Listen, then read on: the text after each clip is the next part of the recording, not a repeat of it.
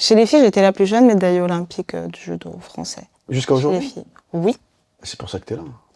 Tu crois Et pas? je suis encore là en plus. Et tu continues. T'as des objectifs aujourd'hui en termes de judo, à l'âge que t'as? Bah, t'as encore quelques années, mais tu vois, c'est quoi tes objectifs en fait? Bah, c'est de gagner un maximum de grands chelems, de grands prix. T'as pas un titre en particulier?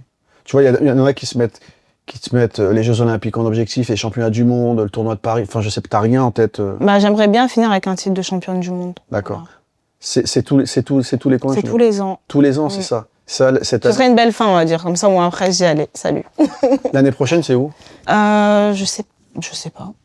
Je sais pas. Ah ouais, c'est vachement un objectif. En fait. Non, mais ça allait, mais le lieu, peu importe le lieu, en fait. Non, t'as raison. Non, mais c'est clair. Non, mais c'est bien. Enfin, moi, je suis impressionné par ton mindset, quoi. T'es très, très forte. Encore une fois, pour t'entendre parler là et ce qu'on se disait en off, et c'est limite, j'aime le côté, il n'y a pas d'échec, en fait.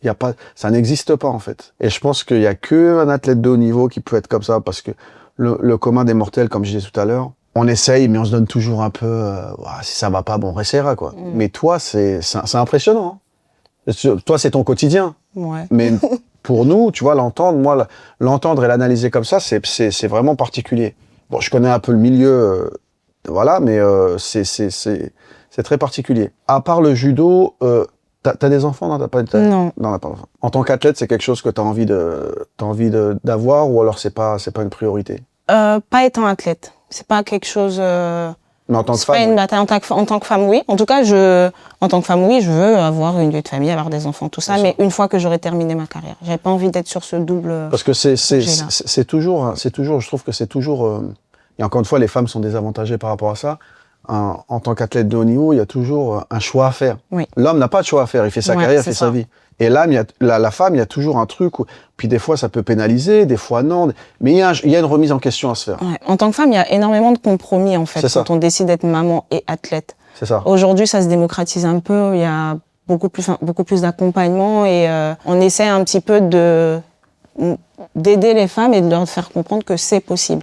Après, c'est quelque chose qui reste vraiment très, très compliqué. On a, au judo, on a Clarissa Agbenienou qui le fait, mais pour la côtoyer au quotidien, c'est vraiment C'est pas des facile. efforts surhumains, mais vraiment. C'est-à-dire que le matin, ta journée commence, tu es déjà en train de bosser avec ton enfant, tu finis, tu dois aller t'entraîner, tu reviens. Enfin, il y a énormément de choses à gérer et c'est très, très dur.